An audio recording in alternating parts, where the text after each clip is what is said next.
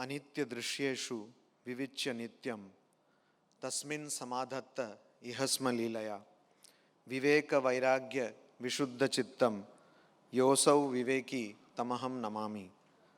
Kalindi full कमले माधवेन क्रीडारत ब्रह्मानंदम नमस्तुभ्यं सद्गुरो लोकनायक।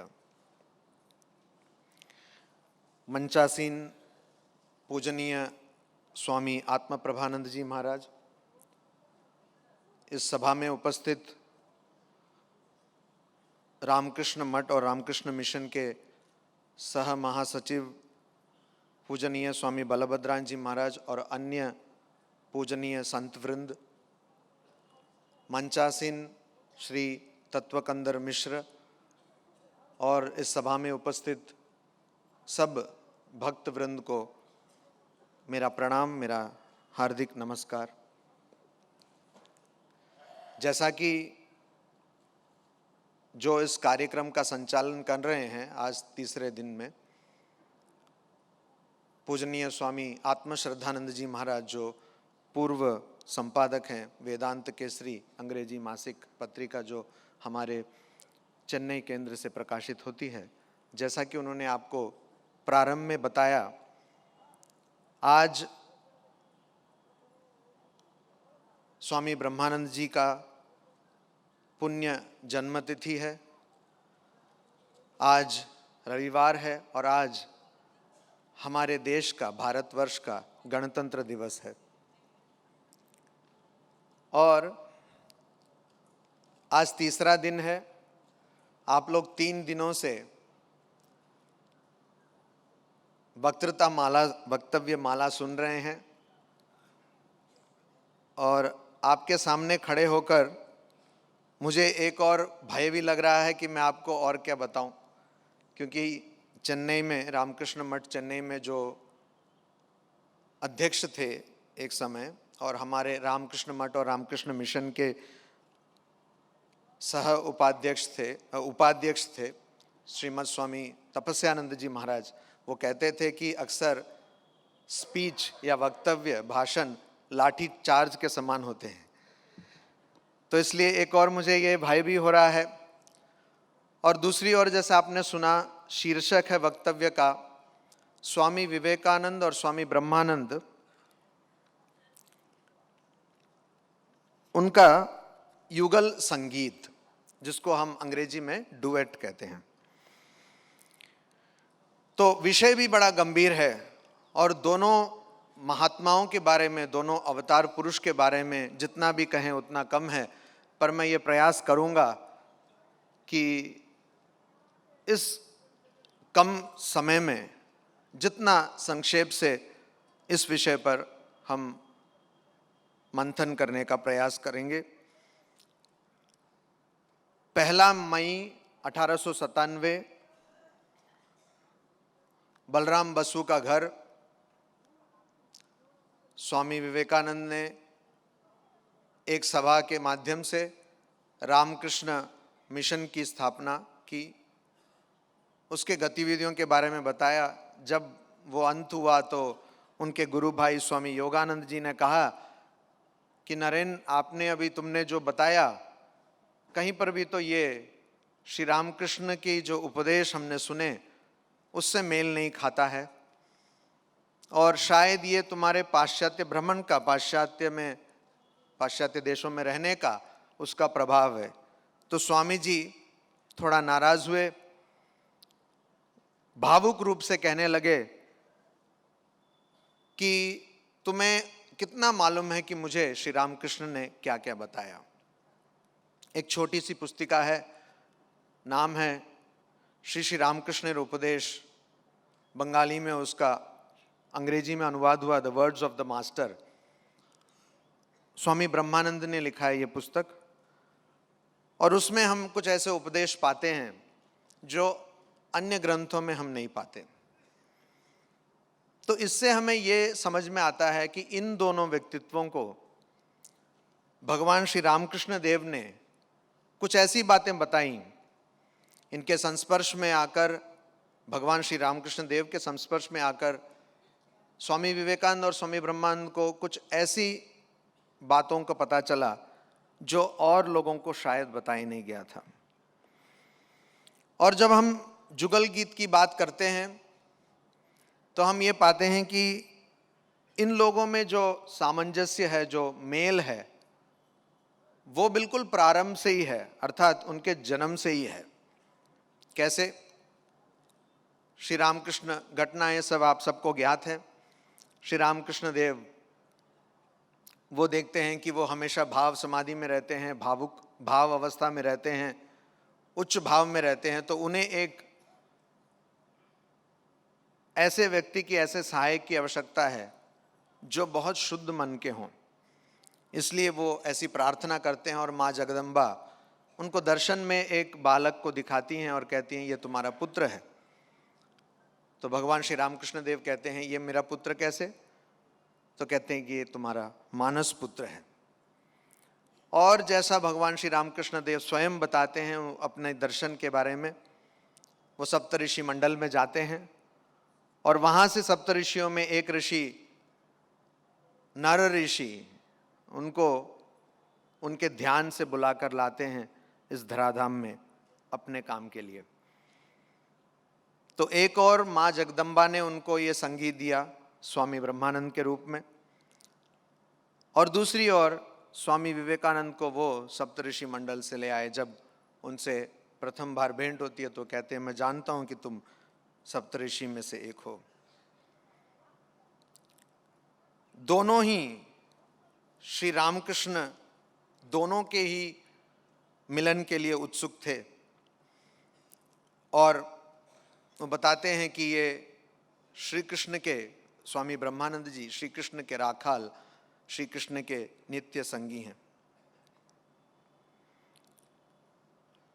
जहां हम देखते हैं नरेन को कभी भी श्री रामकृष्ण हमेशा ही उनका आदर करते हैं, सम्मान करते हैं, वहीं हम देखते हैं कि राखाल से हमेशा प्रेम करते हैं।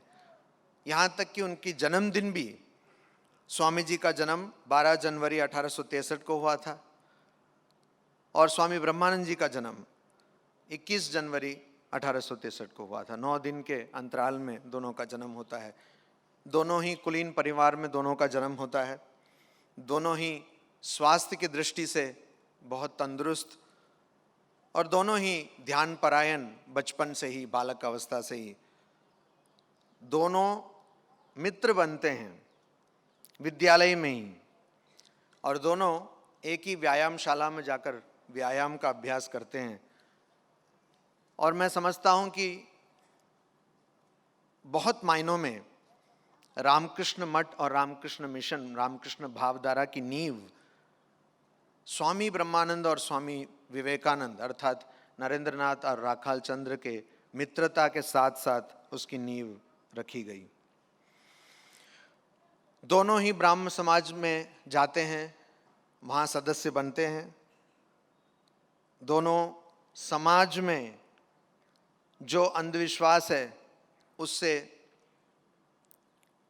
पीड़ित होते हैं, उससे निराश होते हैं। और दोनों ही ब्राह्म समाज के सदस्य होते हैं जहाँ मूर्ति पूजा का खंडन किया जाता है और दोनों ही एक ऐसे व्यक्ति के पास जाते हैं, उनके प्रधान शिष्य होते हैं जो जिन्होंने मूर्ति पूजा के माध्यम से ही अपने प्रधान साधना किए थे। और स्वामी विवेकानंद बाद में पाश्चात्य देशों में, अमेरिका में वक्तव्य रखते हुए कहते हैं कि अगर ऐसे एक व्यक्ति जिसने मूर्ति पूजा कर कर इन सत्यों का अनुभव किया है, इसकी अनुभूति प्राप्त की है, और उससे अगर मुझ जैसा एक शिष्य उत्पन्न हो सकता है तो मूर्ति पूजा करने में क्या गलती है। और भी इनमें जो मेल है वो वहाँ ही नहीं रुकता। हम जानते हैं कि राखाल महाराज का विवाह होता है मनमोहन मित्र के बहन से, जो स्वयं भगवान श्री रामकृष्ण के एक गृहस्थ भक्त थे। और वो मनमोहन मित्र 1881 के गर्म काल में, ग्रीष्म काल में राखाल को भगवान श्री रामकृष्ण देव के पास ले जाते हैं और उसी मनमोहन मित्र के एक और मित्र सुरेंद्रनाथ मित्र नरेन को 1881 में ही दिसंबर में भगवान श्री रामकृष्ण के पास ले जाते हैं। और इस सुरेंद्रनाथ मित्र को पहले मनमोहन मित्र ने ही पहला भेंट उनका भगवान श्री रामकृष्ण से कराया था।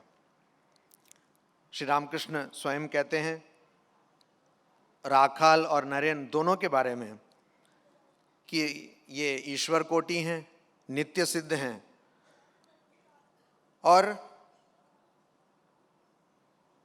राखाल का जो संपर्क है राखाल महाराज का, वो एक बालक समान संपर्क है।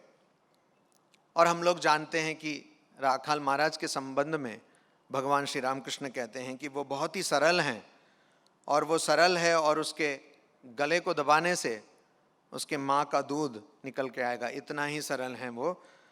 और नरेंद्रनाथ के बारे में श्री रामकृष्ण कहते हैं कि उसको इस संसार से कोई रुचि नहीं है, उसका मन बहुत ही ऊंची भूमि पे, ऊंचे स्तर पे हमेशा रहता है। जहाँ राखाल चंद्र भगवान श्री रामकृष्ण के संगी थे, वहीं स्वामी विवेकानंद नरेंद्रनाथ दत्त भगवान श्री रामकृष्ण के संवादक थे, उनके संदेश के प्रवाहक थे। आध्यात्मिक अनुभूतियों में भी एक बहुत ही अनूठा मेल इन दोनों के जीवन में हम पाते हैं। राखाल महाराज साधन करने के लिए वृंदावन जाते हैं और उनको वहाँ बहुत सारी अनुभूतियाँ प्राप्त होती हैं। नरेंद्रनाथ दत्त जो स्वामी विवेकानंद होने के बाद वो जब उत्तराखंड में, जो अभी उत्तराखंड है हिमालय में, अल्मोड़ा के पास एक जगह है काकरी घाट, वहाँ जाते हैं तो वहाँ उनको एक अनुभूति प्राप्त होती है कि जो सूक्ष्मांड है और जो ब्रह्मांड है उसमें कोई अंतर नहीं है। नरेंद्रनाथ बहुत यात्रा करते हैं, परिव्राजक जीवन में अपना समय बिताते हैं, तपस्या करते हैं, और इससे उनको बहुत अनुभूतियाँ मिलती हैं, उनके जीवन में एक परिवर्तन आता है। उसी प्रकार राखाल चंद्र भी, राजा महाराज बहुत यात्राएं करते हैं, तपस्या करते हैं, और उससे उनके जीवन में कई परिवर्तन आते हैं। हम ये भी देखते हैं कि जब ब्राह्म समाज में सदस्य बनते हैं दोनों, तो उनको वहाँ एक शपथ ग्रहण करना पड़ता है कि मैं मूर्ति पूजा नहीं करूँगा और मंदिर में पूजा नहीं करूँगा। और जब नरेंद्रनाथ देखते हैं, स्वामी जी देखते हैं कि राखाल महाराज ठाकुर के पास आने के बाद मंदिर में पूजा कर रहे हैं, तो वो उनको डांटते हैं कि ये तुम जो कर रहे हो वो सही नहीं है। और तब भगवान श्री रामकृष्ण कहते हैं कि ये इसकी धारा है, ये इसका भाव है, इसलिए आप उसको छोड़ दो। और वो ये भी कहते हैं कि राखाल या ब्रह्मानंद जी,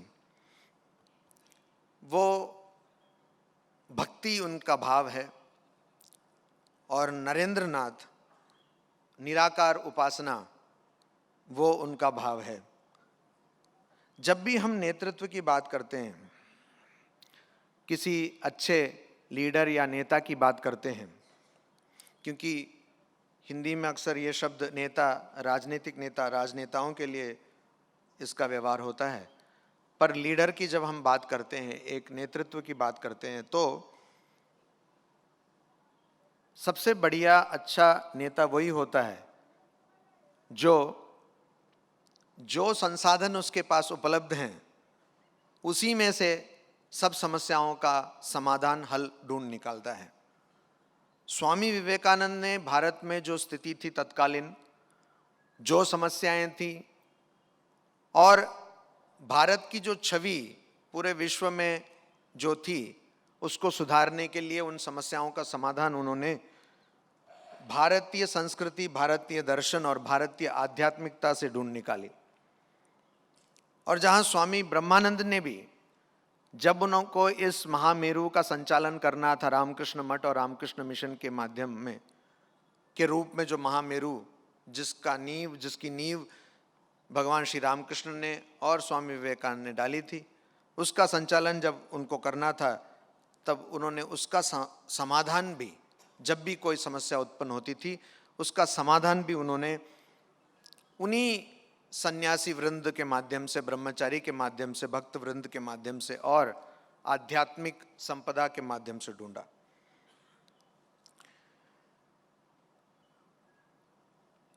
स्वामी ब्रह्मानंद एक ऐसे भक्त थे जो भगवान श्री रामकृष्ण के सत्ता के बारे में जिनको कभी संशय नहीं हुआ, उनकी व्यक्तित्व के बारे में कभी संशय नहीं हुआ। वो एक ऐसे भक्त थे जिसको प्रारंभ से ही संपूर्ण विश्वास रहता है अपने इष्ट के बारे में।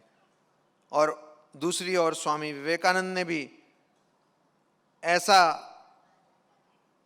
हमें दिखाया, मानो उनको बार बार संशय तो हुआ, पर प्रेम के माध्यम से और विश्वास के माध्यम से इस संशय को तर्क के माध्यम से उस पर उन्होंने जय पाया।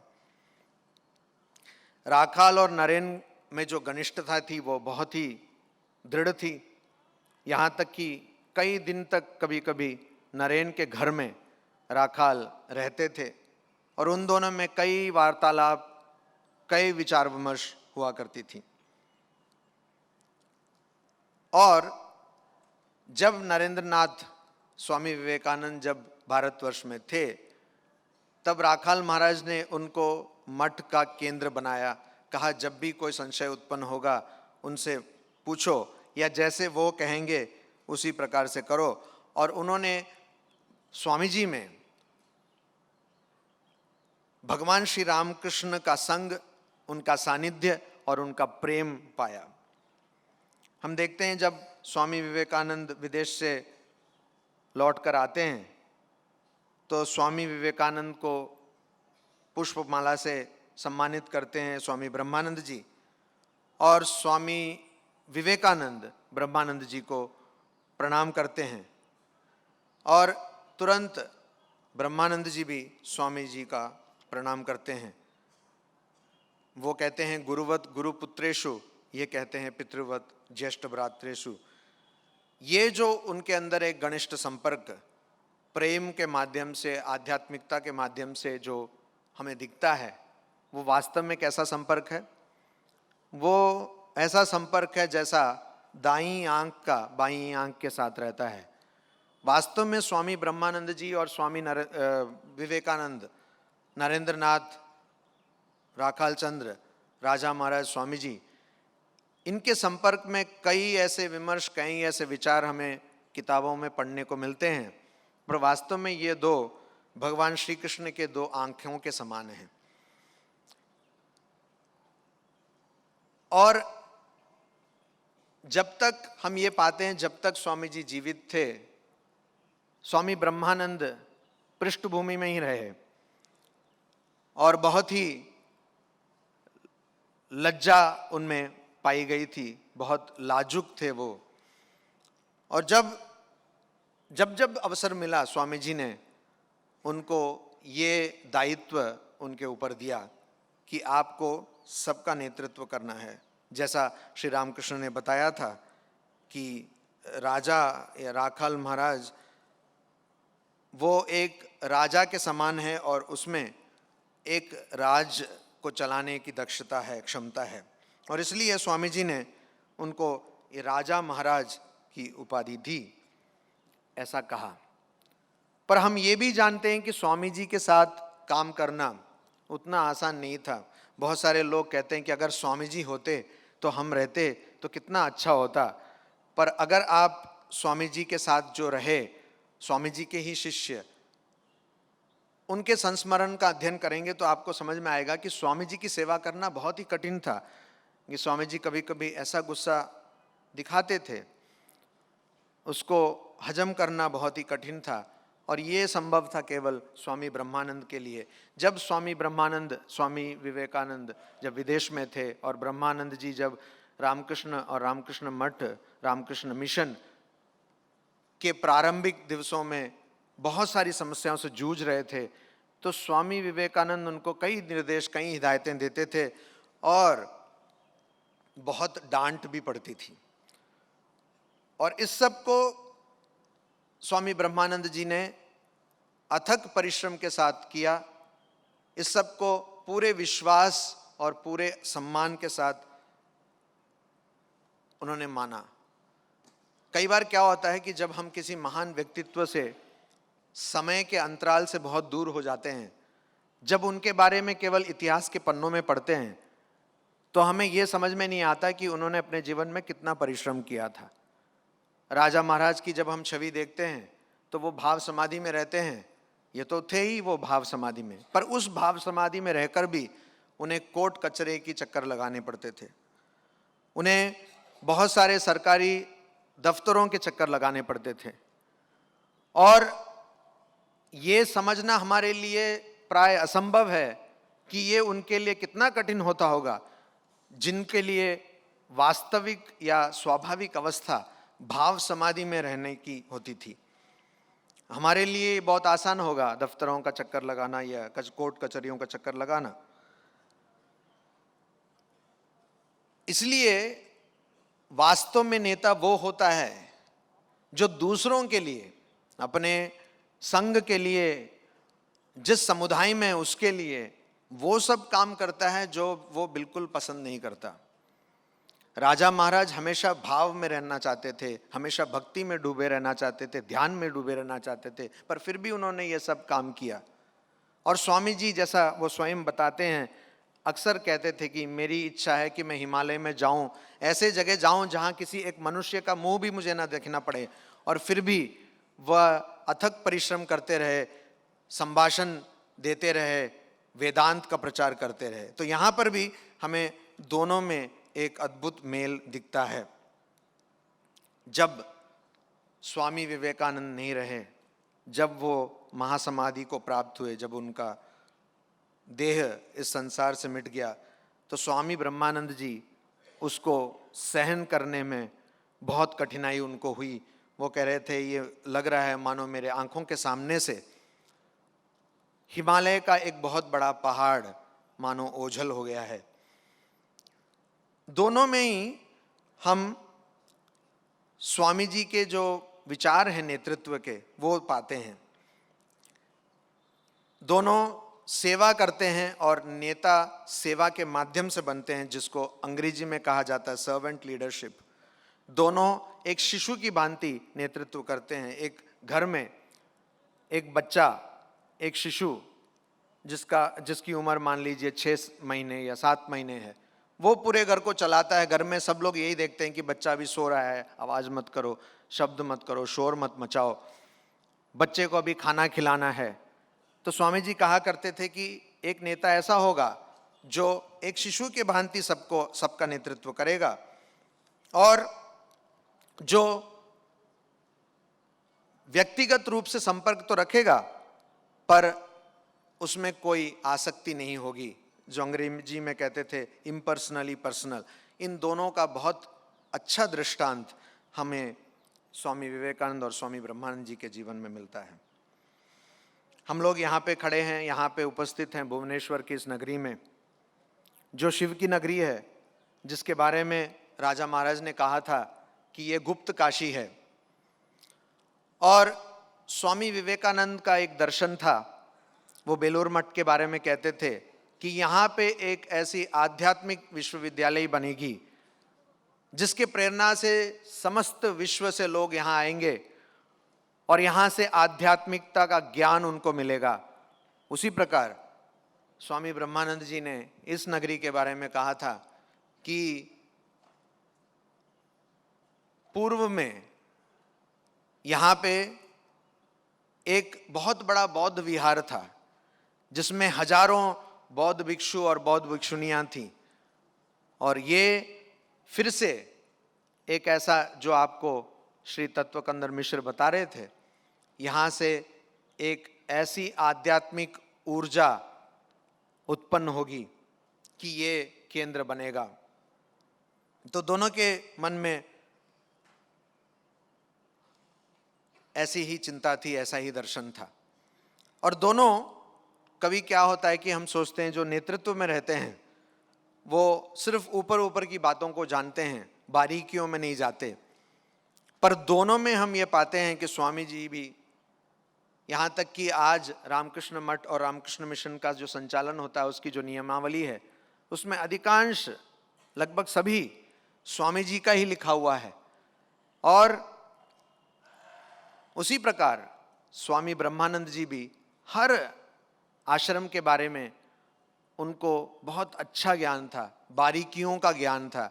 स्वामी अशोकानंद जी ने एक बहुत अद्भुत पुस्तक लिखा है, स्वामी ब्रह्मानंद, और वहाँ वो कहते हैं कि जब वो एक शाखा से गए स्वामी ब्रह्मानंद जी से मिलने के लिए, तो उनको लज्जित होना पड़ा, क्योंकि स्वामी ब्रह्मानंद जी ने उनसे पूछा, अच्छा वो गाय कैसी है, वो बछड़ा कैसा है, और इनको पता नहीं था उस गाय के बारे में या बछड़े के बारे में। तो यहाँ तक उनको ज्ञान था संघ के अध्यक्ष होते हुए भी। और हम स्वामी जी की किताबों को जब पढ़ते हैं या जब कहीं विश्वविद्यालयों में युवकों के सम्मुख जब स्वामी जी की बात रखते हैं, उनके किताबों को देते हैं, तो आपात दृष्टि से ऐसा प्रतीत होता है मानो स्वामी जी ने सिर्फ समाज के बारे में, देश के बारे में, शिक्षा के बारे में, नारी के बारे में कहा है। यहाँ आध्यात्मिकता क्या कही गई है? स्वामी विवेकानंद पर शोध करने वाले लोगों में जो सबसे अग्र हैं, अग्रिम श्रेणी में हैं, मेरी लुई बर्क, वो कहती हैं, और सिस्टर निवेदिता भी कहती हैं कि स्वामी जी ने जो भी कहा या किया, उसका केंद्र केवल वेदांत था, केवल आत्मा की अनुभूति थी।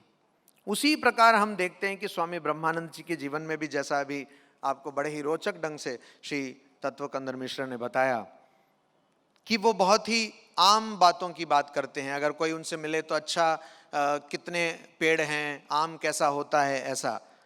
पर वो हमेशा भाव समाधि में रहते थे, वो अलग आध्यात्मिक जगत में वास करते थे, और वो इसलिए ऐसी बात करते थे जिससे कि जो योग्य नहीं है उनसे अधिक बात ना हो। और एक सहानुभूति की भावना दोनों में देखने को मिलता है। हम जानते हैं कि स्वामी जी अचानक नींद से जग जाते हैं, कहते हैं कि कहीं भूकंप हुआ है, बहुत सारे लोग मर गए हैं। स्वामी ब्रह्मानंद जी अचानक अपने कमरे से निकल के आते हैं, कहते हैं गंगा में एक नौका उलट गई है, तो जाओ जल्दी से उनको बचाओ। तो ये दोनों भाव समाधि में रहते हुए भी, उच्च अवस्था में विचरण करते हुए भी, इस संसार के बारे में उनकी दृष्टि और लोगों के प्रति उनकी सहानुभूति हमेशा बनी रही। मैं समझता हूं कि आज भी रामकृष्ण मठ और रामकृष्ण मिशन में वही आध्यात्मिक ऊर्जा है।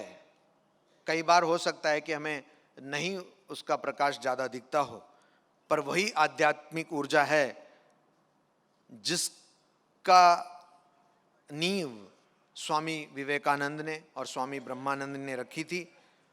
और दोनों, जैसे हम जानते हैं, माँ शारदा देवी के बारे में बताते हुए कहा जाता है, यथाग्ने दाहिका शक्ति, कि जिस प्रकार अग्नि की दाहिका शक्ति है, उस प्रकार वो श्री रामकृष्ण के शक्ति हैं। उसी प्रकार अगर नरेंद्रनाथ स्वामी विवेकानंद अग्नि थे, तो उनका ताप स्वामी ब्रह्मानंद राखाल थे। और जैसा मैंने पहले ही कहा, जिस दिन इन दोनों में मित्रता हुई, उसी दिन रामकृष्ण संघ की नींव रखी गई। और आज भी उन दोनों के पवित्र जीवन, उन दोनों के तपस्या के वजह से आज भी रामकृष्ण मठ और रामकृष्ण मिशन पूरे दृढ़ता के साथ अपना कार्य कर रहा है। और जैसा स्वामी विवेकानंद ने बताया, और 1500 साल उसमें यही शक्ति रहेगी। इसका अर्थ ये नहीं है कि 1500 साल बाद ये बंद हो जाएगा, पर ये शक्ति तब भी रहेगी। जिस प्रकार श्री रामकृष्ण को, भगवान श्री रामकृष्ण को इस संघ का अगर हम कहें पिता मान लें, या इस संघ की नींव उन्होंने रखी है मान लें, तो वो जैसे अपने सब शक्ति को स्वामी जी को देते हैं, उसी प्रकार उस शक्ति का संचार बाद में स्वामी ब्रह्मानंद को हुआ। यही हमारे फाउंडर्स हैं। और स्वामी जी के जाने के बाद जब स्वामी ब्रह्मानंद उनके अंत दिनों के पहले वो अंत समय के पहले वो कहते हैं कि मैं एक बरगद के पत्ते की तरह हूँ, जो एक बरगद का पत्ता जो विश्वास का, भक्ति का पत्ता है, जो ब्रह्म के सागर में जा रहा है। और बाहर से हमें स्वामी जी में ज्ञान की प्रतीति होती है, पर अंदर वो पूरे भक्ति से भरपूर थे। उसी प्रकार स्वामी ब्रह्मानंद जी भले ही बाहर भक्ति से भरपूर थे, उनके अंदर ज्ञान ही ज्ञान था। और इन दोनों की ये जो युगल संगीत है, उसी का प्रकाश आज हम यहाँ भुवनेश्वर के पुण्य नगरी में देख रहे हैं, जहाँ इस केंद्र के शताब्दी समारोह में आप लोग आए हैं। इतने सारे सन्यासियों का आगमन हुआ है, बहुत साधकों का आगमन हुआ है। और मेरी यही प्रार्थना है स्वामी विवेकानंद से, स्वामी ब्रह्मानंद जी से, भगवान श्री रामकृष्ण से और माँ शारदा देवी से, कि ये जो शक्ति, आध्यात्मिक शक्ति का संचार उन्होंने इस संसार में किया, उस शक्ति का प्रकाश कम से कम कुछ अंश हमारे जीवन में भी हो, और हमारा जीवन भी उसी ढांचे में ढले जिस ढांचे का निर्माण रामकृष्ण संघ के माध्यम से उन्होंने किया। और मैं आभार व्यक्त करना चाहूँगा पूजनीय स्वामी आत्मा प्रभान जी का, कि उन्होंने मुझे ये अवसर दिया कि मैं आपके साथ मेरे विचार साझा कर सकूं। ओम शांति शांति शांति। हरि ओम तत्सत। श्री रामकृष्णार्पणमस्तु।